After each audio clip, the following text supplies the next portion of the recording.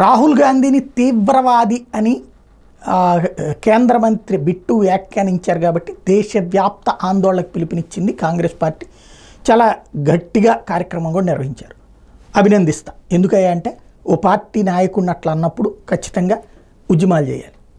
అయితే అదే కాంగ్రెస్ పార్టీ కార్యకర్తలు నాయకులు సమాధానం చెప్పాల్సింది, మనం ఫస్టు ఈ దేశీయులం కదా, భారతీయులం కదా, రాహుల్ గాంధీ అన్న మాటలు కరెక్టేనా?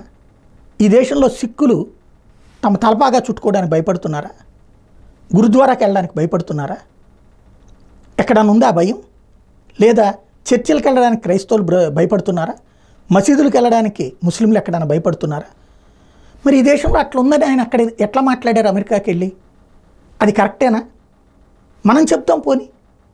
గుళ్ళకి వెళ్ళడానికి హిందువులు భయపడుతున్నారు కొన్ని ప్రదేశాల్లో, అది ఒప్పుకుంటామా లేదా? లేదు పోనీ అసలు ఏ భయం లేదండి హిందువులకు కూడా, గుడ్. మిగతా వాళ్ళకి మరి భయం ఉందా? ఎవరు పెడుతున్నారు భయం? ఎందుకు పెడతారు? ఎక్కడ పెడతారు? మరి ఆ విధంగా ప్రపంచ దేశాల దగ్గరికి వెళ్ళి ఈ దేశం గురించి తప్పు చెప్పచ్చా?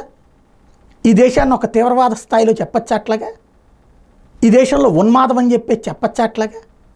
ఒకసారి అది కూడా ఆత్మవిమర్శ చేసుకోండి. మనం బ్రిటిష్ వాళ్ళు పెట్టినటువంటి 1885లో పెట్టినటువంటి ఏవో హ్యూమ్ పెట్టినటువంటి కాంగ్రెస్ పార్టీ కాబట్టి అది స్వతంత్రం వచ్చిన తర్వాత మన పార్టీ అది. ఇది కాంగ్రెస్ అయి దీంట్లోనే ఆ కాంగ్రెస్ కూడా విలీనమైంది. ఇందిరమ్మ పార్టీ. ఇందిరమ్మ ఈ దేశానికి సంబంధించిన ఒక శక్తివంతమైన నాయకురాలు. ఆవిడ దేశానికి సంబంధించి ఇట్లాంటి మాట బయట మాట్లాడడానికి కూడా అంగీకరించదు.